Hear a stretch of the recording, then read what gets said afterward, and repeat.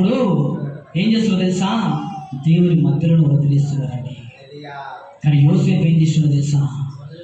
శ్రమలు వచ్చినా, కష్టాలు వచ్చినా, బాధలు వచ్చినా, తండ్రికి దూరం అయిపోయినా, తన కుటుంబానికి దూరం అయిపోయినా, తన స్నేహితులు దూరం అయిపోయినా, యేసయ్యను మాత్రం విడవలేదండి.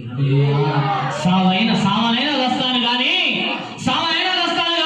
నా తండ్రిని మాత్రం విడిచిపెట్టి పోను అనుకున్నాడు కాబట్టి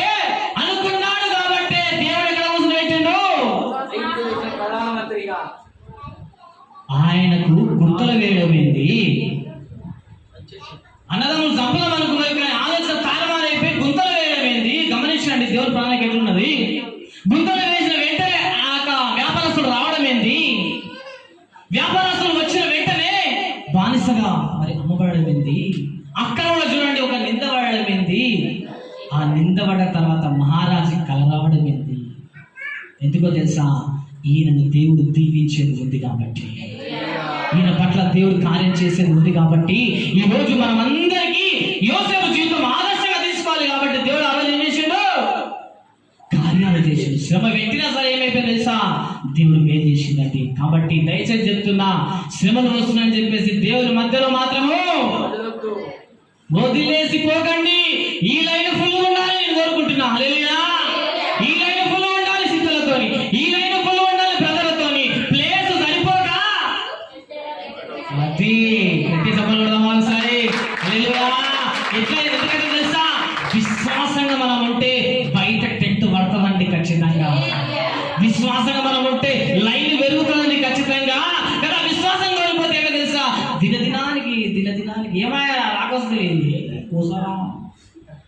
గదే ప్రార్థన, గదే పాట, గదే అలయేసుకి మహిమ, గదే వర్షిపు, గదే సాంబ్రాల, గదే వాక్యం. హల్లెలూయా.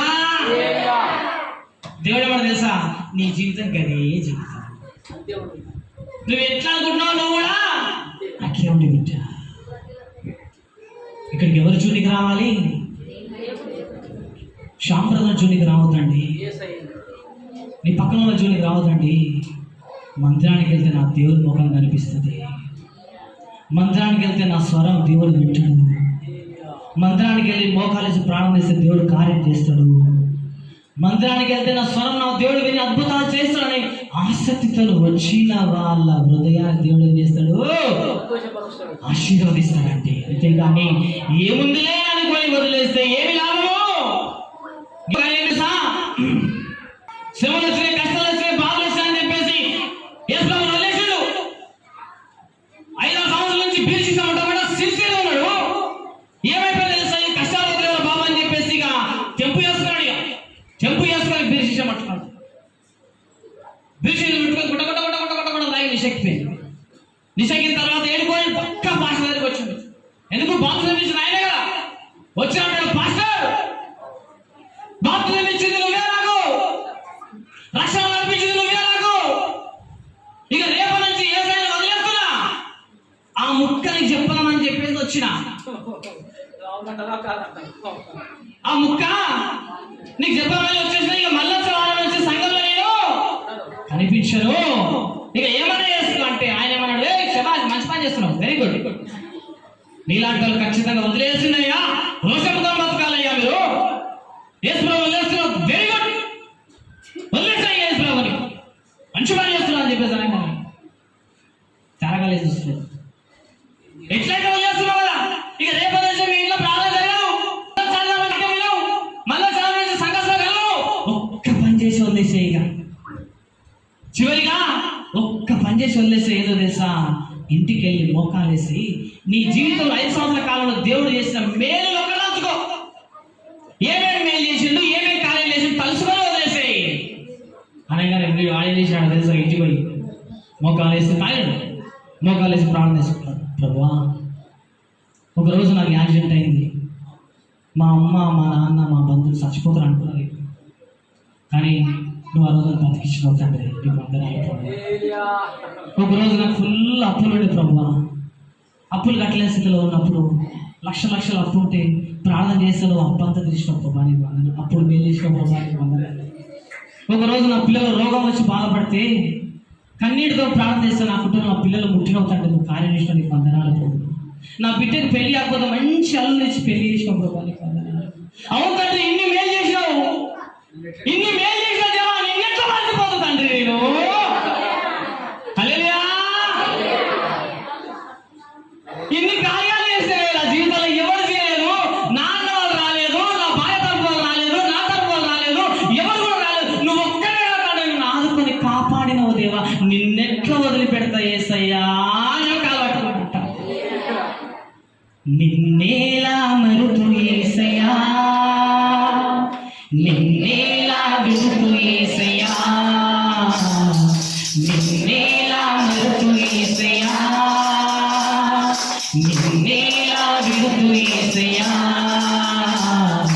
రోగముతో నా బ్రతుకు తల్లడిల్లుచుండగా, రోగముతో నా బ్రతుకు తల్లడిల్లుచుండగా, నా దరికి చేరి నీవు స్వస్థపరిచినావయ్యా, నా దరికి చేరి నీవు స్వస్థపరిచినావయ్యా. నువ్వు చేసిన మేలకై, నువ్వు చేసిన సాయముకై, నువ్వు చేసిన మేలకై, నువ్వు చేసిన సాయముకై నిన్నేలా మరుతూ యేసయ్యా, నిన్నేలా విడుతూ యేసయ్యా, నిన్నేలా మరుతూ యేసయ్యా, నిన్నేలా విడుతూ యేసయ్యా. మరిచిపోను యేసయ్యా నిన్ను విడిచిపోలేనయ్యా, మరిచిపోను యేసయ్యా నిన్ను విడిచిపోలేనయ్యా.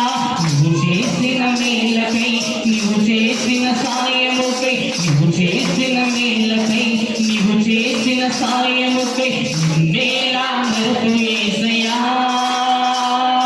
నిన్నేలా విడుతూ యేసయ్యా, నిన్నేలా మరుతూ యేసయ్యా, నిన్నేలా విడుతూ యేసయ్యా. హల్లెలూయా. విడిచిపెట్టాలా దేవుడు? మనము యోసేపు విడిచిపెట్టినా? విడిచిపెట్టలే. మనం విడిచిపెట్టాలా? విడిచిపెట్టడానికి వీలు లేదు. కష్టాలు వచ్చినా, ఇబ్బందులు వచ్చినా, ఇరుకులు వచ్చినా, వేదనలు వచ్చినా తండ్రి చెయ్యి మాత్రం విడిచిపెట్టడానికి వీలు లేదు అసలు. అంతే. ఎవరైతే అంత సిన్సియర్గా ఉంటారో వాళ్ళ పట్ల దేవుని దృష్టి కూడా అంతే సిన్సియర్గా ఉంటుంది. ఈ రోజు నీ స్థితి కొంచెం ఉండవచ్చు, కానీ రేపు నీ స్థితిని అంచెలంచెలుగా నా దేవుడు ఆశీర్వదించబోతా ఉన్నాడు. ఈ వాక్యం సాక్షాత్ దేవుడు దీవించి ఆశీర్వదించును గాక. అందరూ మోకాళ్ళ కలిసి ప్రార్థన చేసుకున్నాం. అందరూ మోకాళ్ళ ప్రార్థన చేసుకున్న ప్రభు నిజమే తండ్రి నాయన. యోసేపుని ఎంతగా నాయన ఎన్ని బాధలు వచ్చినప్పటికీ కూడా, ఎన్ని ఇరుకులు వచ్చినప్పటికీ కూడా విడిచిపెట్టగలవు తండ్రి. ఈ రోజు నన్ను కూడా విడిచిపెట్టగలవు తండ్రి. ఈ రోజు నా జీవితంలో నువ్వు ఉన్నావు తండ్రి. ఈ రోజు నా జీవితంలో కార్యం చేయబోతున్నావు యేసయ్యా. నాకున్న బాధలు నువ్వు విడిచిపెట్టే దేవుడు కాదు నాయన. నాకు వచ్చిన కష్టాల్లో నువ్వు విడిచిపెట్టే దేవుడు కాదు నాయన.